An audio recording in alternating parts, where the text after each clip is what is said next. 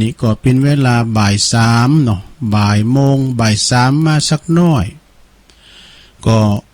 มาพบมาปะกับรายการสารธรรมยามแลง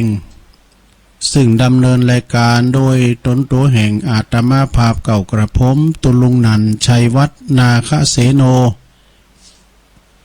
แห่งวัดพระธาตุดอยน้อยตำบลดอยหล่ออำเภอดอยหล่อจังหวัดเชียงใหม่มาปะกันกูวันศุกร์เนอะตอนแรงนะ หลังจากตอนเจ้าก็ปะกันกำหนึ่งมาถึงตอนบ่ายแรงมา3 โมงก็มาปะกันทำกำหนึ่งวันเวลาลวงเลยผ่านไปโว้ยเนาะศรัทธาญาติโยมทั้งหลายเหมือนว่าปะกันเจ้านี่ก็เตะนี่เนาะแล้วมาถึง3 โมงก็มาปะกันทำยกหนึ่ง อยู่กับด้วยกันก็ทำชั่วโมงหนึ่งแล้วก็ไปปะกันที่วัดไฟหินแถมชั่วโมงหนึ่งเนี่ยกะแล้ววันพุธทำเจ้าหนึ่งเนาะเจ้าวันเสาร์ก็มาปะกันแถมศรัทธาญาติโยมทั้งหลายในรายการสารธรรมหรือว่าสเปเฮละเมื่อเจ้านะซึ่งก็อาตมาได้มาวันศุกร์วันเสาร์มากัน2 เจ้าด้วยกันได้รับความมอบหมายจากอาจารย์พระครูอภิวัฒนวิกรมเจ้าวัดปักตั้งเจริญตัวลุงก็หับผิดชอบอยู่2 เจ้าศุกร์เสาร์เนาะตอนเจ้าตี 3 ถึง 5 โมงก็วันนี้มาพบมาปะกันเป็นวันศุกร์น้อมนำเอาพระธรรมมาเทศนามาเทศให้ศรัทธาได้ฟังเนอะ มาเทศนาธรรมกันในมรดกธรรมพื้นเมืองก็ได้รับเมตตาจากหลวงปอปุ้นหลวงตามูลเนาะหลวงตามูลประพัสโลนี่เป็นอยู่อารามหนองเจริญตำบลหนองปลาสวายอำเภอบ้านโฮ่งเปิ้นก็มอบหมายสะอันธรรมเนี่ยมาหือตุลุงเป็นธรรมก็เคยได้ฟังกันแล้วเปิ้นว่าธรรมเนี่ยมันเป็นหมอยาดอกเป็นธรรมยาเอาไว้เป็นกำลังจิตกำลังใจกับคนเฒ่าที่เปิ้นนอนเฝ้าป่านเฝ้าจองติดต่างติดเต้งนี่หรอ ก็เป็นยาจิตยาใจเป็นธรรมใจยะสังกะหะหรอทำใจยะสังกะหะซึ่งก็จะได้เทศนาให้ศรัทธาได้ฟังกันเนาะแล้วก็เดี๋ยวชั่วโมงที่2เขาก็มาอุสเปเฮละกันนะเดี๋ยวนี้ก็จะเทศนำเทศธรรมไปตั้งแม่เพนขาวเตี้ยเพิ่นจะได้ฟังก็ให้พี่น้องตั้งบันเวงน้องหลองตาจ่างเปิ้นก็ห้อมซองมาอยู่ปนอยู่เนอะแต่ว่าตัวลุงก็จะเตดเนาะเปิ้นเป็นเจ้าภาพกันเตดกันทำแม่เพนขาวเตี้ยจากบันเวงตาจ่างก็อดหาดาฟังไปก็โลมฟังกันตึ้งหมู่ตึ้งลงตึ้งหลายเนอะศรัทธาญาติโยมทั้งหลายฟังนำฟังธรรมกันไปเอานำธรรมคำสอนขององค์พระชินวรสัมมาสัมพุทธเจ้าเฮาไม่ได้ไปไหนเนาะอยู่บ้านอยู่จ้องอยู่กับหอกับเฮินนะไม่ได้ออกไปไหนมาไหนเดี๋ยวนี้หุ่นนำตาหุ่นตั้งก็ลงรถก็พอเตียวกันก็รู้ ไปที่ไหนตั้งใดก็ลงดีอยู่กับบ้านกับจ้องตัวลุงก็ไปไหนอยู่กับวัดกับว่าอยู่กับศาลานี่ก็หายงอมหายงานกันไปโอ้วันนี้นิ่มหุ่นในเนอะมันบดมืดเหมือนกันนะต่างเข้าไปเหมือนกันเนอะ โอ้ของฝุ่นตกมาชำระซาสางล่างสวยเนาะมดใส่ไว้ยะฝ้าล้างฝุ่นยอมสว่างสวัยนะยอมมดใส่ไว้ยะล้างโรคภัยไข้เจ็บเหมือนมันมาลายหายไปเนาะถึงอันนี้ก็คงจะหายไปหมดนะถึงเดือนปีใหม่เมืองเขาเนี่ยปีใหม่เมืองสังขารลงก็ขอมันลงไปตามสังขารเนี่ย โรคภัยไข้เจ็บเนี่ยนะก็ขอระมัดระวังกันเนาะฉะนั้นจะได้ญาติโยมทั้งหลายภัยก็ไข้เจ็บไข้ปีนกันนะอยู่ดีสบาย ปกปักรักษาดูแลสุขภาพโตเก่าเน้อกินข้าวลำกินน้ำก็แอมไว้ไก่เน้อสะท่าเน้อหมอเปิ่นว่าไปขาดน้ำนะกินน้ำอุ่นได้ก็กินน้ำกินน้ำเย็นได้ก็กินน้ำอุ่นน้ำอุ่นนะเอาน้ำแอมไว้ไก่เวลามันร้อนมันก็หายดูกินน้ำอุ่นน้ำร้อนกันไปนะเดี๋ยวกันเนอ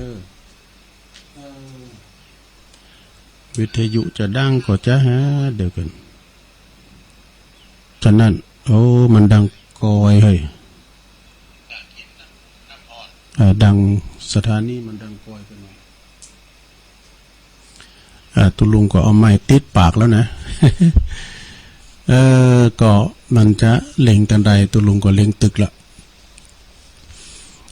สถาจะไปละน้ำละเข่ากินเข่านักกินน้ำหลายเนาะอยู่ดีสบายไล่โลคาพยาธิตุลุงก็จะเตทำใจอย่าสังกะหาปาปึกโมดเนาะเสน่ห์จังไล่ไล่อาคาเทนี้ไกแสนโดดแสนว่ามีความสบายจิตสบายใจใจอย่าสังกะหะเนี่ยสังกะหะป้าปึกบานจองหอเฮินโมดเนาะคือว่าเป็นเนอร์ทำเดี๋ยวว่าเป็นหมอยาดูใจยาสังกะหะนี่นะเป็นหมอยาเพิ่นว่าตั้งงานลงตามมูลว่าคนที่นอนติดตังติดเต้งน่ะเป็นกำลังใจให้เปิ้นนั่นน่ะเดี๋ยวกันเนออันนี้เปิ้นมาหลายเตือเจริญปอนไปจ้าจ้าลุงเสียงมันไกลวะน่ะได้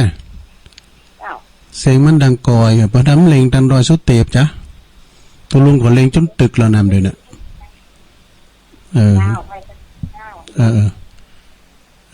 เดี๋ยวกันเสียงมันดังกอยได้ละเจ้ามหาเชษในดังอยู่อบโปโบระอยู่ตั้งในในดังแห้งขนาดเลยอันท่านมหาด็อกเตอร์เปิ้นเอานะทั้งตัวลุงดังกอยเฮ้ยท่านมหาประสิทธิ์อยู่บนรอยแก่ไขกันเนอะเดี๋ยวเสียงกับมันดังกอยมาดูหูหรอมาดูหูที่ปากเขาเนี่ยมันดังกอยพี่เนาะว่าไปตามกอยเนี่ยสถานเนี่ยที่คือมันตุลุงกดเล็งหมดแล้วเนี่ยนะเล็งจนตึกแล้วนะเนี่ยสไลด์ก็จนตึกหมดอ่ะการเฮาหมออีนะฮะอูจับอีนะตั้งนอกมันได้ยินอบหรอเนาะเดี๋ยวมาทำซ้ายนี่ก็เดี๋ยวกันเนี่ยปนได้ว่าจะได้เป็นจะได้วัดสัตว์เจ้าทุลุงเจริญปอนเจ้าอยู่ที่แม่กับปองเลยนะฟังทุลุงกูเถื่อแล้วบัดให้โทรหาเด้ออันนั้นได้ยินได้ไหมชัดเจนเหรอเจ้าได้ยินชัดเจนอยู่เจ้าดังแหงอยู่เนาะเจ้าดังอยู่โอ้มันน่าจะไปแอลหาเนอะโอ้ได้กายินดีต้อนรับเนอะมาต่อเจ้าปล่อยอันตังพยาธิโลกาหายไปก่อนเนาะเจ้าอยู่ในกำปองมั้งอยู่ปานเมงวะกำปองเนี่ยอากาศดีนะเจ้าโอ้ดีกะเคยไปดูเคยไปเคยไปกับไปหันเก้าเมงอยู่เนี่ยก่อนนะไปโดยท่านพระครูวิรุฬสุตตการเนาะเจ้าคณะตำบลนครจะดีไปโดยท่านพระมหาอัมพรจุตินทโรด็อกเตอร์เพิ่นโจไปเอาตัวมื้อละ ไปหันสวนกาแฟอยู่เนาะกาแฟก็มีก็ไม่เขียวนะก็ไม่ตะบุญยินกะโทยินโทเจ้าโมนำหลายๆว่าสนุกเปิ้นค่ะผู้ลุงกับเจ้าก็ฟังตัวเกินไปอากาเนาะฟังไปเด้อแม่เด้อขอบคุณเด้อยินดีเนอนุโมทนาสาธุนมัสการเจ้าโอ้เดี๋ยวบุญมาทำสายทำสายเจริญพรโลมันเด่งเฮ้ยมันเด่งเปิ้นวางหูเจริญพรนมัสการค่ะโดยน้อยพัฒนานะจ๊ะเจริญพรโยมเสียงดังฟังชัดดีจ้าเสียงดังฟังชัดดีแล้วรู้เลยเจ้าตัวลุงถ้าเปิดวิทยุตั้งนอกกอยไปจ้ะเจ้าดังดีจ้าขอบคุณหลายๆเด้อเจ้านมัสการค่ะสาธุเอาละหมายความว่า ดังดีแล้วเนาะก็เดี๋ยวสายต่อไปก็ต่ออีกกันเด้อพี่น้องบ้านเฮาต่ออีกก่อนเพราะว่าเพิ่นว่าดังชัดเจนเลยว่านะเมื่อว่าดังชัดเจนแล้วตุลุงก็จะอ่านธรรมวันนี้จะเตดน้ำเตตามใจยาสังกะหะอันนี้เนาะแต่เตธรรมตุลุงนี่มันโมนมันเปิ้นน่ะมาจากคัดของตีกะถาอันพองนะกุมาพองเน้อ เสียดายพี่น้องเมืองฟางบ่ได้ยินเพิ่นถ้าจะปิดปรับปรุงนะคุณเฒ่าตามเมืองฟางโทรมาอยู่ใจเป็นยังเน้ออดเอาละตอนนี้ชัดเจนดีแล้วก็จะเตะทำกันเนอใจยาสังกะหะเอาบุจานรัตนาธรรมกรรมนิปานังเยนะกะลังละมังเยนะกะสายังปันดิโตตังโนมากังอุติสิตงธรรมมุตตมังปัจจังอาราธนังกะโลมาเอาไปอยู่นอกเพื่อนกัน บุจานไปอยู่นอกเพื่อน ฟังในลงเนอฟังไปรับไปเนอนะโมตัสสะภะคะวะโตอะระหะโตสัมมาสัมพุทธัสสะตะตากุลจัลลจานาติอิตังสัทธาเจตวันเนเวหาลันโตอัตาโนอากิกาลังกาเทสีสัทธโวดุลาสัพพุลิสัตตังหลายปางเมื่อพระพุทธเจ้าแห่งเราพงศติสามล้านอยู่ในคันธกุฏิอันมีในเมืองเจตวันนาอาลามวันนั้นอันว่าเจ้าภิกขุต่างหลายได้500 ตนก็มาเจียนจ่าซึ่งกันไปมาว่าอาวุโสดูลาตันต่างหลา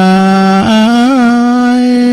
อันว่าพระพุทธเจ้าแห่งเราเดียนย่อมมีคุณแก่คนทั้งหลายในโลกนี้อันดาลงยังเปียติโลกามากนักสันนิเจ้าภิกขุทั้งหลายพงจากกันอยู่ไปตันแล้วดังอ่านพระกวาอันว่าพระพุทธเจ้าได้ยินด้วยหูทิพย์แห่งตนก็เสด็จลีลามาสู่ที่ตำกลางเจ้าภิกขุทั้งหลายอันนะก็นั่งสาธิตเหนือเต้นแก้วอันเรื่องงามก็พระก็แสงจาธรรมซึ่งเจ้าภิกขุต่างหลายว่าภิกขเวดุลาภิกขุต่างหลายมวลหมู่ต้านต่างหลายได้มาก็อูกันเยี่ยงใดนั้นจะยังไปตันแล้วว่าเราปลาโตนแก้วมาจวนใส่ลวดยังไว้เสียบ่เจียนจานั้นจาเมื่อนั้นเจ้าภิกขุตนองค์อาจอันจบฉลาดด้วยโวหารก็เล่าแต่เก้าสุดปลายเมื่อนั้นพระพุทธเจ้าก็เทศนายังทำอันเป็นอาติตาล่วงแล้วว่าอาติเตภิกขเวปัลลาปุตติลาปาตันลิปุตตานากาเลจิตเตจิตติปัลลังตาลิตวะอาโหสิดังนี้เป็นตนภิกขเวดุลาภิกขุทั้งหลายในอดีตข้ามล่วงพ้นไปแล้วยังมีเมืองอันหนึ่งชื่อว่าปัตตาลีบุตรหากเป็นเมืองใหญ่กว้างหนเจงไตปุลีนั้นยังมีบ้านอันหนึ่งชื่อว่าปัญจตุปกรรมก็มีและยังมีเศรษฐีผู้หนึ่งมีนามว่าคณะโคตมหาเศรษฐี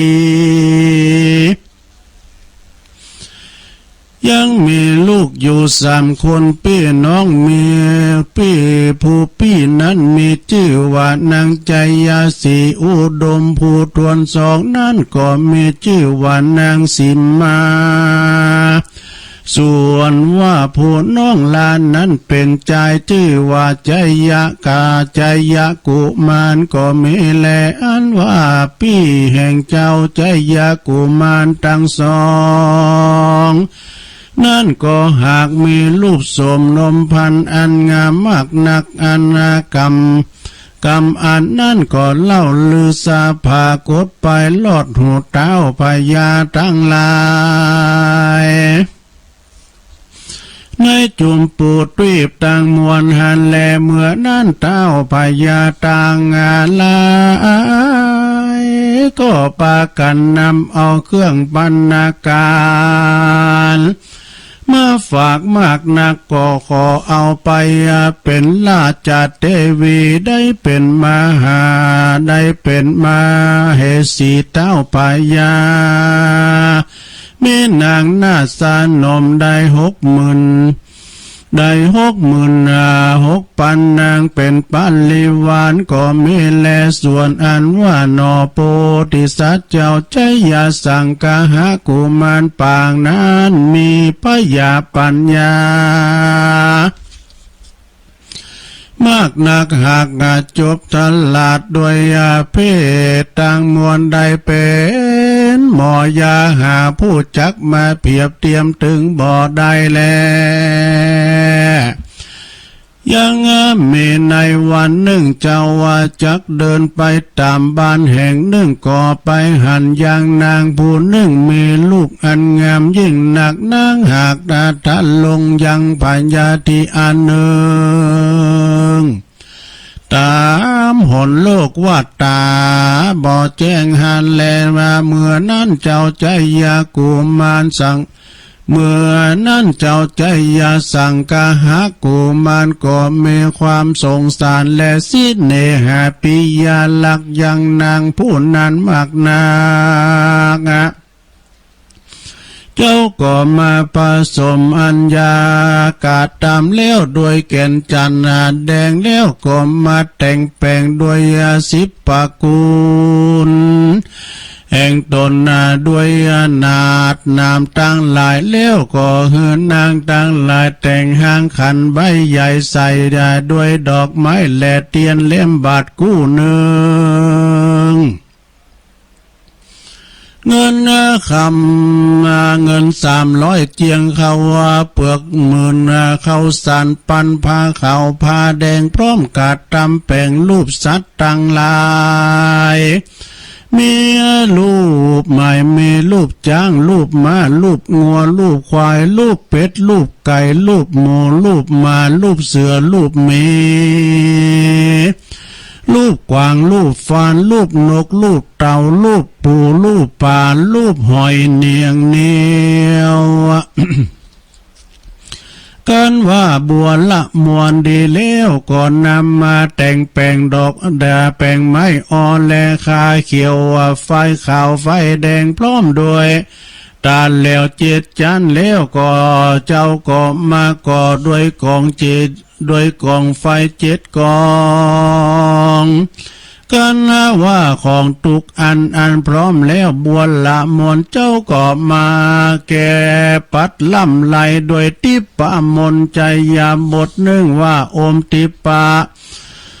มันตาสหามังกามังสัดดาบเทียนกาว่ากูว่าลุกว่ากุลุกงาเป็นไฟสาลีกันใจกูเทียนนี้ภาพเมืองปีมาจูดาวบ่ลูกกี่เจ้นเต้าว่าภาพกินมาลอยเอ็ดภาษากูก็ภาพใดไตปืนฟ้าเหนือหน้าแผ่นดินเก่าลื่นกูก็เป็นน้ำเก้ากลางกูก็เป็นน้ำแม่ใหญ่กูจักไปล่าออกกูจักไปล่าออกทั่วมาหัวพี่ตายไปลิ้นกูก็เป็นดาบเทียนกาไตปืนฟ้ากูก็บากูสาง อมสหปวุตราจาสวหายาอมมาเปกจาลำแผ่นดินดำไหววะวาด กูจักเอาสายฟ้าฟาดขับไล่พีนีละคนดีตูไว้ในสุยาเอาไปตัวตั้งมีตั้งมีตั้งผีผ่านและผีเข็นตั้งผียักผีเย็นอย่ามาไกลตั้งผียักไล่จุงหนีไปปานะตั้งผีกลุ่มพันและผียักไล่อันเดียวต้องไฟจุงรีบหนีไปอมสหปัตโตมังสวหายาอมปัตโตโพตัสสะจักวัตติโสพุทธมังคละกะสากะสามิตาสาเกตดาจำหิเรสังปาวุติมะขังนามามิหังสวหายาสโลมังสะเกสะเหกาเวติสันนโตมาติยาลาโนสาหัสสันติสา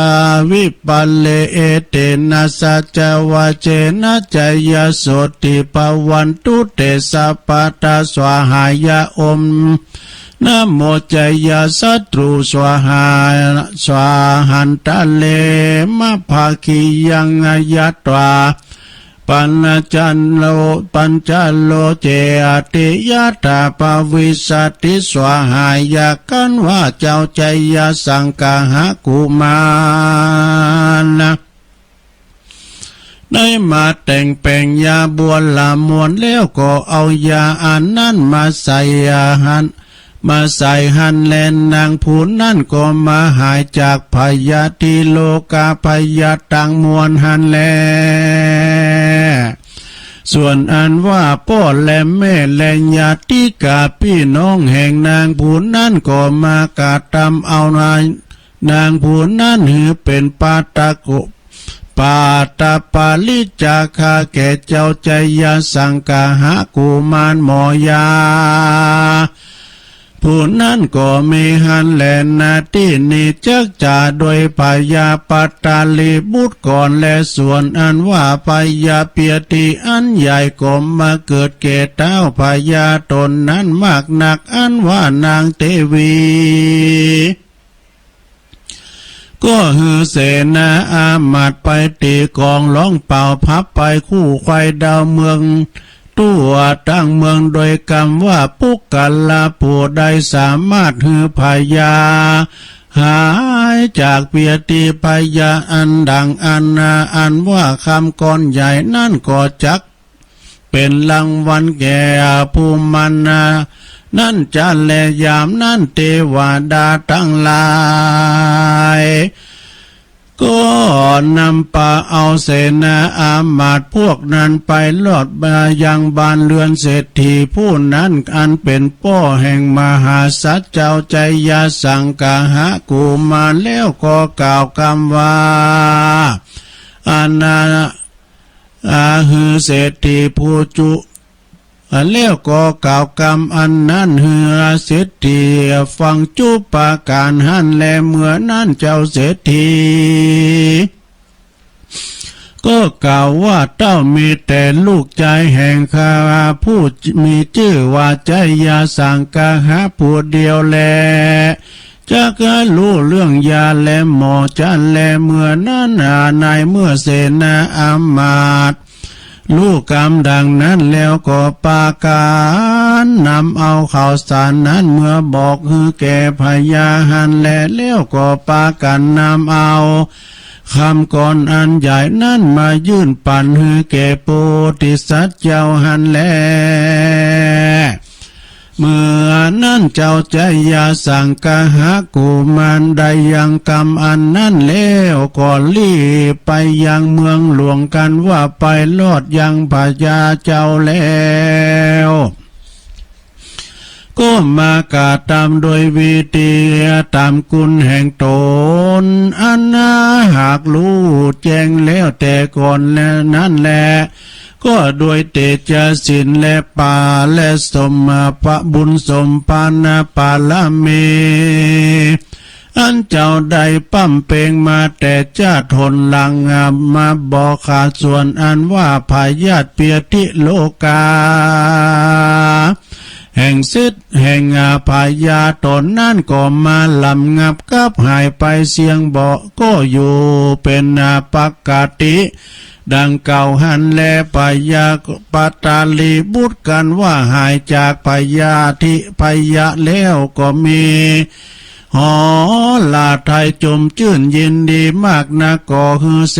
นามาดหามือจันวันดีสาเลใจยาลาผาแปะขาศึกศัตรูแล้วก็หมายหามายังมากันทากาตัวเลิศแล้วผ่าดับด้วยเครื่องแก้วเจียงคานปานดังจักบินจักสานขึ้นเพื่อเมืองฟ้าใดไปในโลกโลกาโดยรีบจ้างมาถีบตมมาไปหันแลเมื่อนั้นในนักการผู้ชันหลาดก็เอาขันคำใบใหญ่เขาตอกดอกไม้ใส่พร้อมด้วยเตียนคำนำไปเอาหนอทันลงทำน้อยนาดขึ้นสู่บนพระศาสตร์หลังเลิศแล้วก็มาอาภิเษกกับนอแก้วบุญเรืองใดเฮือในสาเวยเมืองเสพสังใส่ชื่อพระบุญกว้างว่าพญาธรรมสังกังหะลาจาก็มีหันแน่อัลว่ามหาสัจเจ้าก็อยู่เสวยสัมปติอันจ่อประกอบด้วยอาราธาประกอบด้วยราชาสิบประการราชธรรมสิบประการฝนฟ้าก็ตกจอกตาฝนฟ้าก็ตกจอกตามฤดูกาลปิดซาเขากาก็มางอกงามดีเจ้าปุรีหมู่เมืองเจ้าปุรีมวลหมู่ก็อยู่พุทธิจำเริญบ้านเมืองก็หาพยาข้าศึกอุบาทข้าศึกศัตรูอุบาทบ่ได้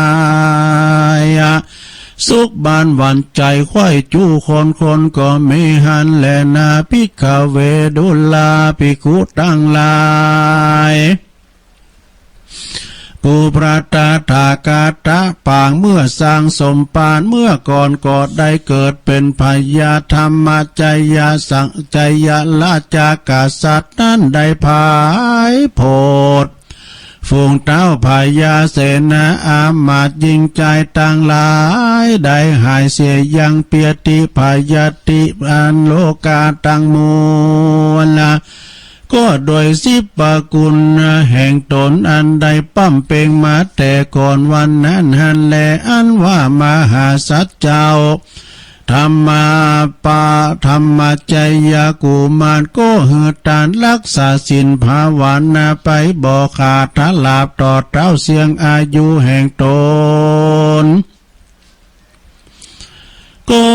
ได้ไปเกิดจันฟ้าเลิศตาวาติงสาก็มีหันแลนาปาตาลีพุทธักนาอาคาลาโมคาลาโน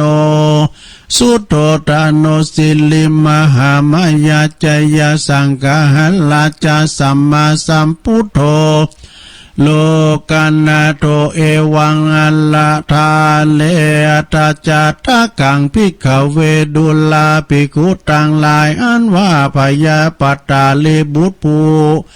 ผู้หายจากปยาติวันนั้นคือหากมาได้มหาโมคคัลลานาเถนในกาลาบัดนี้แลนาส่วนอันว่ามหาเศรษฐีผู้เป็นพ่อและแม่แห่งเจ้าใจยาสังกหะวันนั้นคือหากมาได้พยาสลีสุโธธนะและนางสาสาลีมหามายาอันเป็นพ่อและแม่แห่งพระตถาคตในกาลาบัดนี้แลนาใจยาสังกหาราชาอันว่าเจ้าพญาใจ ความพยาใจยาสังกาหะวันนั้นอาหะเมวะอาหะเมวะโลกันดาโตคือหากมาได้ตนนากูปัตตาทากาตะตนเป็นที่จังที่เพิ่งแก่โลกทั้งสามในกาลาบัดนี้แหละนาจยาสังกาหะจาตากังนิติตังกิยาสังวานานาวิเศษจาห้องเหตุทำใจยาสังกาหะก็บังโกมสมเรสเด็จแล้วเท่านี้ก่อนแลสาธุสาธุสาธุ จบไปแล้วลงโอ้ใครตั้งเสียงสูงไปหน่อยก็แฮะ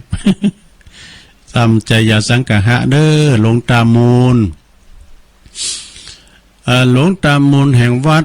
หนองเจริญนะสำนักสงฆ์หนองเจริญตำบลหนองป่าสาวายเปิดมอบมาหือตัวลุงได้อ่านเอาไปอ่านเด้อตัวเด้อเรียบเพื่อมันคล่องน้อยก่อนจะออกเวทีฝึกไว้กะดอกประมาณนะ ตัวลุงก็ฝึกนะเนี่ยมันตัวลุงในอ่านถ้ำนี่มันต้องฝึกหลายเตือเปิดมาตามมือปุ๊บอ่านปั๊บไปยังไงดูมันต้องอ่านไปก่อนเนาะเตือนมันเกิดว่าขอสงสัยนี่อ่านอย่างไหนเนี่ยมันต้องบุโขยเตือนอ่ะมันถือมันเป็นหอมอ่ะเนาะอย่างเป็นโขเป็นเหล่าเป็นป่าเหล่าบุ้ยเตือนมันเอาหูยะเนาะ ไปน้ำหลอบมันสบายละฉะนั้นก็ขอขอบคุณหลวงตาโมนเด้อทำนี่ประกอบว่าเจ้าใจยาสังกะหะนี่สมัยนั้นเป็นหมอยาเนาะเปิ้นก็อันรักษาแผลปอพยารักษาคุณที่ปิ้นนั่นไปพิการทางสายตาโอ้ยเสียดายเอาได้ยาดีอย่างนั้นเนาะไหลรักษาคุณเปิ้นเจ็บปิ้นยินอุ่นมากก็เป็นดีอินโดไว้นะก็ได้จวยเปิ้นอันนี้ก็เจ้าใจยาสังกะหะเปิ้นก็รักษามันกิดแล้วไข่โหหันกำนึงนะตัวลงนะเกาลิ้นกูก็เป็นน้ำเก้ากลางกูก็เมนวด เป็นนวดเป็นเขากันคือถึงที่หันก็เฮ็ดได้ไข่หัวแต่ก่อนนี่ตัวลุงตัวหนึ่งเนี่ยเปิ้นได้หมดเหรอเปิ้นได้หมดกรรมคาถานี่นะปวดตัวแป้ห่อแป้มานหมดกันไปได้กรรมปากนะดับสลีกันใจเทียนแก้วไอ้นะก็เป็นธรรมมรดกธรรมปื่นเมืองเด้อศรัทธาญาติโยมทั้งหลายฟังกันไปคำเดียวก็จะเอาอันนี้มาเล่าแถมเนาะแต่ศรัทธาญาติโยมในธรรมเปิ้นก็เป็นธรรมเปิ้นว่าเทศได้ทุกงานได้หรอกเทศได้ทุกงานเป็นธรรมมันจะอย่าสังกะหะแต่ก่อนนี่เวลาเปิ้นขืนหอย่อเฮินกันเนี่ยเปิ้นก็เอาธรรมนี่ไปเทศเหมือนกันนะแล้วก็เปิ้นสังหะป้าเปิดกันในเฮินยินกันเนี่ยเปิ้นก็เอาธรรมนี่ไปเทศเหมือนกันเป็นธรรมที่ว่าเป็นธรรมมงคลเหมือนกันดูเนาะรักษาคนที่เป็นเปติพยาธิอัมพาตต่างๆคือหอมคือหายนะเป็นธรรมที่จบลงไปขอบคุณเด้อครับศรัทธาที่เปิ้นเป็นเจ้าภาพก็มีตึงหลวงตึงหลายแต่ว่าแม่เพนเปิ้นโทรมาแต่ว่าอันซองเปิ้นเอามาฝากไปแล้วมันก็อยู่ที่เจเปิ้นจะขึ้นมาสักเตอนี่ แล้วก็หังตะลุงมันด้วยเอาลุงไปนะเปิ้นมาหอมเคิงสุ่งพองสำรองแล้วก็เปิ้นหอมอาจารย์พระครูอภิวัฒนวิกรมก็ลายซองเอกนะตะลุงก็ย้ำได้เอาลุงไปเตอเนาะตั้งลงบ้างเปิ้นหอมมาฝากพระอาจารย์เอาหลักมาตุลุงผมได้ลุงไปเตยนะเป็นอย่างก็ไว้ฮะเนาะแต่ว่าตุลุงก็จะโลบลมซองก็มีลายซองอยู่ฉะนั้นญาติโยมทั้งหลายเนาะไผที่มีจิตเจตนาศรัทธาไข่โลมบุญโดยกันอันนี้ของหน้าหมูเขาตึงโมนนะตึงหลงออกเอาจะซื้อเครื่องส่งสำรองไว้กับสถานีเก่า6เขาเนี่ยดอยสุดเตปเขาเนี่ยนะอันนี้ขนาดว่าเพิ่นปรับปรุงอันเก่านะใส่ปิ้งนะ เปิ้นว่าได้ยินจัดเถียด้วยนี่ได้ยินจัดเถียขนาดอันนี้เปิ้นแป้งปูนแป้งผีอยู่นะการซื้อใหม่ได้แล้วหมอกใดกันเนาะศรัทธาเนาะแต่ว่าเดี๋ยวนี้ก็ไปตามยุคเศรษฐกิจนะศรัทธาเด้อการดีๆตานก็ตานไปดีกินก็ดีกินไปเปิ้นก็ อยู่กับบ้านกับจ้องกับหอกับมันมีเยอะก็กินกันไปศรัทธาญาติโยมทั้งหลายตีแออัดเปิ้นก็ไปกันเดี๋ยวนี้นะตีแออัดที่มันคุณลงคุณไหลเปิ้นก็ไปกันอยู่กับบ้านกับจ้องกับหอกับอินดูที่เปิ้นทำงานประจำจะย่างก็ไม่ได้แต่ก็จะไม่ลืมใส่หน้ากากเอาวันขอบหูดังนั่นน่ะเนาะก็ทุลุงก็มีนั่นเนาะแต่ก็กันเจอการด้วยสลาฉันก็กันขุนขี้ฝุ่นพองไงนะซุปหูดังพองเนาะแต่มันหายใจฝืดเหมือนกันเนอะ ก็อดเอาเนาะเพื่อสุขภาพขี้ฝุ่นยังกล้ามันได้เข่าดอกหันสลาใส่เขาก็ใส่โต้ยกินต้านก็ออกหมอกปอประมาณตุติยังโลกะคิดจังนะหันความลำบากของปอออกศรัทธาเนาะ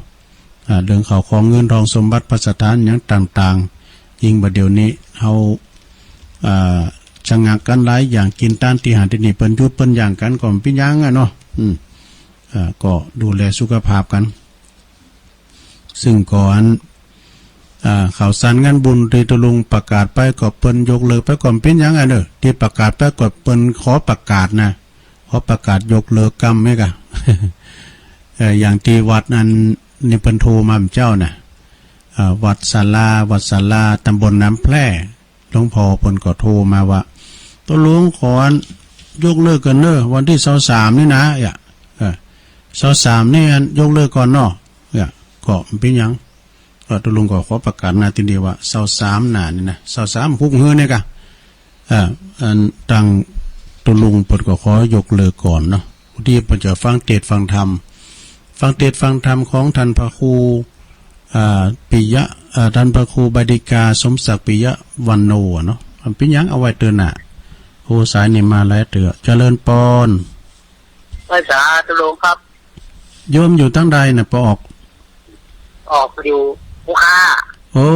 เป็นนั้นอยู่ปุคาได้ที่งานก็เขาเล่นน่ะล่ะแต่กันเนาะฟังทีวันนี้เสียงดีเนาะชัดเจนนี่เนาะครับผมวันนี้ผมฟัง104อ๋อฟัง104ไฟหินเนาะครับผมวันวันนี้ฟังเทศสังฆะวันนี้เฮ้ยน่ะใจยสังฆะปั๊บปือกันเนาะอยู่ดีมีสุขกันเนอะไล่โลกาอากาศไล่ปยติโลกาหยังทั้งหลายเห็นมันมาลายหายสินไปเสน่ห์จังไล่ทั้งหลายเห็นมันหนีไกลแสนโยชน์แสนว่าเนอะเนาะครับผมจะเอาคาถาจะคือหรอน่ะคาถาเปิ่นศักดิ์สิทธิ์ป่งน่ะครับผมโอ้ขอบคุณพี่นานหนักๆเด้อไหลประหยัดโอ้ขอบคุณหลายๆขอบคุณหลายๆสาฮะน่ะพวกเจ้าก็ฟังกันเด้อพวกเจ้าก็โทรมาทำเด้อ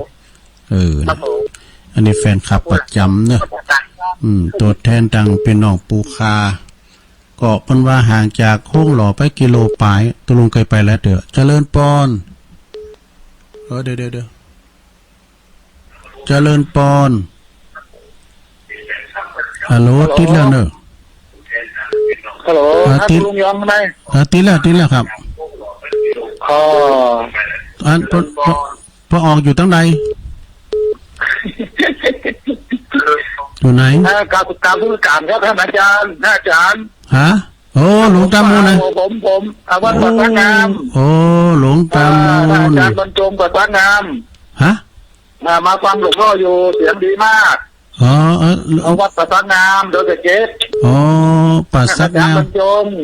ที่เอาไปพูดด้วยกันนะท่านอาจารย์เนี่ยบรรจงเนี่ยวิษณุใช่พระอาจารย์บรรจงเนาะเจริญพรแต่บรรจงมาฟังดีเทศได้ดีมากวัดป่าซัก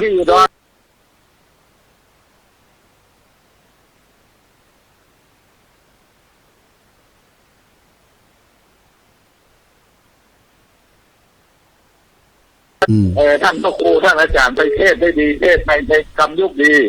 นั่นเมื่อวานนี้ผมไปรับตาตั้งเจ้าว่าองค์ใหม่ที่ดอยกปัญญู100 กว่าลูกที่วัดดอยสมศรีเจ้าเพิ่นเดี๋ยวได้รับอันใบคัดต่างแล้วเนาะ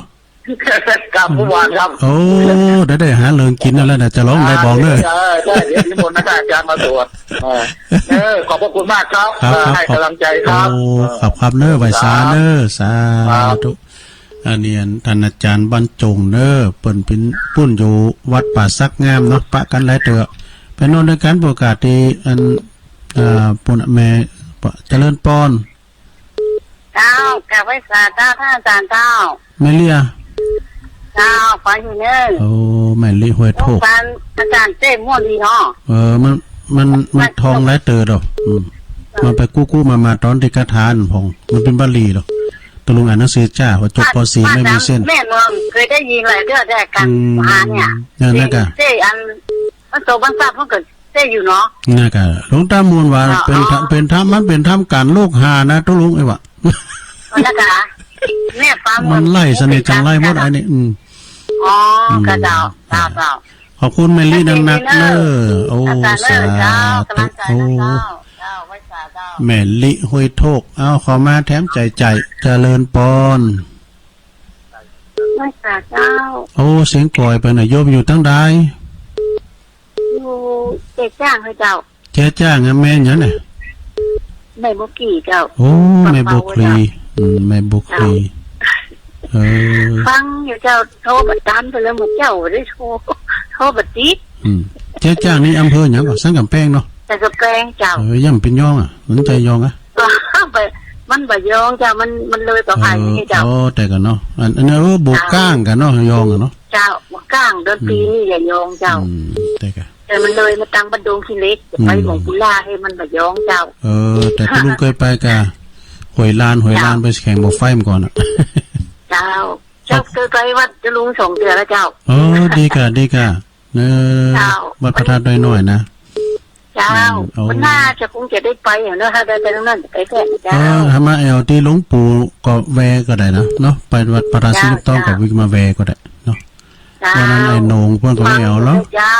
สาธุเนอร์วันนั้นไอ้นงอภิญญานักร้องกับอันประเสริฐประสันโนทำประครูเพิ่นมาเอวหาแล้วเจริญปอนโอ้รุดไปแล้วเขามาใหม่เด้อเจริญปอนฮัลโหลติดแล้วดาวโยมอยู่ตั้งใดโหลเจ้ามาล่างจำเสียงน้องมาได้ก็มากับมันเจ้าอย่างเดียวเนี่ยโยมพิสมัยสายน้องข้าวอ่ะฮะสายเปิ้นรุดสายน้องข้าวแต่เอาว่าไปเลยโยมพิสมัยเนาะสายมันดีเลยนะแม่ริมเนาะเจ้าฟังชัดเจนนี่เนาะปีแล้วไอ้นั้นอยู่ตรงบางแงปีนี้ยังแควนอยู่เพื่อนหลงเข้าปีนี้ดีหน่อยได้เบี้ยคุณเท่ามาจ่อยแบ่งเบาภาระอันค่าใช้จ่ายนั้นมีสปะภายในจะมาหูกับเฮากำเดียวซองเขียวกำเดียวซองขาวบางตัวเฮาต้องกินข้าวกับกล้วยอยากจะกินลาบล้ำสักถ้วยใส่เพี้ยขมคงถ้าจะเหมาะจกในกระเป๋าเฮาก้อยพอล้อมีกาเรียนบ้านเรียน5บอกพออดเอาก่อนก็รอไปก่อนเนาะถ้าสตังค์นักพอจะซื้อถึงลาบถึงเหล้าอดเอาก่อนก็รอไปก่อนเนาะถ้าสตังค์นักพอจะซื้อถึงลาบลู่เหล้าเขาทาเนอะเป็นข้าวหำเนาะคนเดียวจ้ะแต่งคนเดียวโอ้โตอันนี้ก่อนเน็ตกันโอ้ข้าวหำเปิ้นเนาะจะเอากับเผยแผ่ไปได้เนาะโยมเด้อดีแล้วขอบคุณเด้อโยมพิสมัยเนาะข้าวหำเราข้าวหำได้ดีขอมาแถมศรัทธาญาติโยมเหลือแถม10 นาที0899556506ตั้งบันที่รอฟังแม่แจ่ม 0899555656เจริญปอนภาษาตุลุงแม่บุญพินนะเจ้าตะกี้ฝนท่องคำกรสตรีเนาะเขาทาตุลุงโยมแม่กับมันกันแล้วปีนี้เราแฟนได้เบี้ยคนเข้าประกันศาสนาเลยทุกวันจะช่วยเจ้าลูกหลานจะช่วยตัวเก่าก็ได้กินแล้วทุกคนเอาดีแท้เลยก็วันเขากับวันเนอโอ้ขอบคุณแม่บุญพินหลายๆเนอะกำลังใจกันสาธุโอ้ก็วันนั้นเพิ่นก็อันเป็นการเตะตัวลงดูแม่บุญพินน่ะวันเกิดเพิ่นน่ะเนาะโอ้ขอบคุณแม่บุญพินเด้อเจริญปอนมาตรการนะจ๊ะลุงเจริญปอนโยมอยู่ตั้งใดจ๊ะอยู่บ้านป่าไผ่สันทรายเจ้าอยู่ป่าไผ่สันทรายอ่ะแม่สีทอนเจ้าแม่สีทอนตัวนี้ฟังตลอดเลยตุลุงเจ้าก็ฟังมันแรงก็ฟัง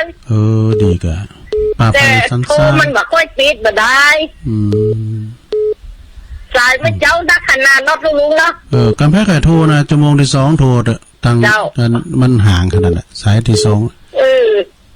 โทรแล้วมันแบบค่อยปิดสายตั้งเก่า6นี่มันแน่นหนาได้กะเจ้าไอ้เซทอนอยู่ป่าไผ่สันทรายเนาะเจ้าป่าไผ่สันทรายเคยมาว่ะตุลุงเคยมาว่ะก็ถ้าอย่างเก้ออยู่ตุลุงมาขี่บัตรจำนะป่าไผ่สันทรายวัดประแดดเจ้าดีกะป่าไผ่สันทรายลูกเจ้าอำเภอสันทรายมาแบบไต่ดอกน้อยเดียวอ่ะเจ้าโอ้ดีแล้วพุกก็ฟังแฮมเนอร์แมนเนอร์เจ้าสีทอนสาฮอนประตูฮอนเหมือนกันเด้อพุทโธฮอนเหมือนกันน่ะตอนนี้ก็ฮอนบดเป็นเตอเดี๋ยวนี้แดดไปแล้วบืนหูบืนตาก็ใครได้เนาะนั่นก็มันบดโมโตโซยนี่เจ้าฝนตกไม้กำนี่มันดึงเป่งเรื่องอ่ะเนอะเนาะฝนตกสักงานนะก่อนนะเนาะนะเจ้าสาธุแม่เนอสาธุเจ้าแม่สีทอนป่าไผ่สันทรายนะเจริญปอนไว้สาเจ้าตุลุงแม่อมรเจ้าหมดฟังอยู่ดอยขังเนาะฟังทั้งตุลุงปิดมาแล้วโอ้ก็ดีเนาะยาคนมันหายไปนะครับรักษายาคุณคือหอมมือหายจากพยาธิโลกาเนาะพยาธิอัมพาตทั้งหลายมันคือตุลุงแก้วก็เหมือนมาเตะก็อย่างวันนั้นตุลุงแก้วก็เตะโดนนะกับตุลุงว่าเดี๋ยวแต่หมู่เฮาได้ยินนะแต่ตังเก่า6ผมได้ยินแต่เพราะว่าอันกลางคืนในตังเก่า6ผมได้ยินเปิ้นถ่ายทอดถ้าได้ยินแต่มือฟังนะครับมือฟังก่อนเปิ้นเปิดมือฟังว่า2-3 วันเปิ้นปรับปรุงเอาตุลุงแก้วเตะเอาน้ำมนต์ด้วยเด้อแต่ก็เอาน้ำมนต์ด้วยแต่ก็ขอบคุณไปอมรในไลน์เด้อเนาะเจ้าบุญรักษาสาธุมันฮ้อนก็ฟังน้ำฟังธรรมไปแม่เจริญปอนไปเจ้าตุลุงอยู่ตั้งใดจ้ะคุณยองเหมือนกันคุณยองกันอยู่ใต้บะโคโอนด้วยกันแม่ยังก่อแม่โบพัดอ่ะแต่กับแม่โบพัดฟังอยู่เลยแต่คืนนี้ตุลุงออกว่ะคืนเจ้านี่ออกกันออกกันมันเม็ดยังแม่ก็จะรับรับกันออกกันตื่นเมื่อพอจะ5 โมงเลยอันนี้รับออกโอ้ขอบคุณเนอะแม่เนอะแม่โบพัดเนาะโอ้สาธุไก่บ้านคูโอนเอาเข้ามาแถมใหม่ศรัทธาเจริญปอนไหวสารเจ้าตุลุงโอ้มาแล้วแม่พญาแม่จันเดือนใสมาแล้วชัดเจนดีเดี๋ยวจะล้างจานตุลุงโอ้ขอบคุณเนอะเวียงตาการแม่นี่จะมีฝุ่นไว้นะวันนั้นก็สาฝุ่นไว้นะ โอ้ขอมัน มัน ตก ลงมาหาใหญ่ๆครับ นั่นถ้าเอาหาอึ่งหาเขาครับนั่นแต่ไปมีลุมจู้มันเอานะเอากระฝุ่นอย่างเดียวนะเนาะ เอาแต่ผลอย่างเดียวจุดต้องฝาคิ้วเลยนะ โอ้มันโอ้ขอบคุณขอบคุณแม่จันหนักๆเนอะสาธุแม่จันเลื่อนไซเวงตาการเนอะเอาขอมาแถมเจริญปอนจ้าจ้าตุลูแม่ฟองไงแม่ฟองแม่ฟองแม่ฟองรีบก่อนเป็นน้ำนี่หรอแม่ฟองอันก็น่าเก่าเนี่ยเก่าลิ้นกูก็เป็นน้ำเก่ากลางก็กูก็เป็นโหนดเลย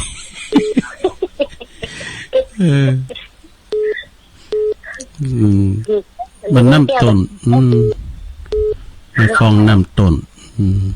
ก็เสียต้องน้ำต้นเลยต้องเสียโฮม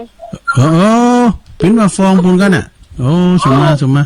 แจ่โฮมโอ้เอี่ยนี่ตัวลุงเนาะอันนี้คือมันใครชาตินะไม่มันนะแม่จันฟองแจ่โฮมปงดอนที่พึ่งกันหลังนี่ห่อนนั่นก็ขอบคุณนะแม่เนอแม่ฟองเข้าฟังอยู่แน่ไว้ช้าเจ้า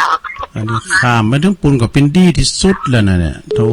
เจ้าของไก่นะขามดอยคุณตาลมากันเจริญปอนอาจารย์เจ้าตุ้ง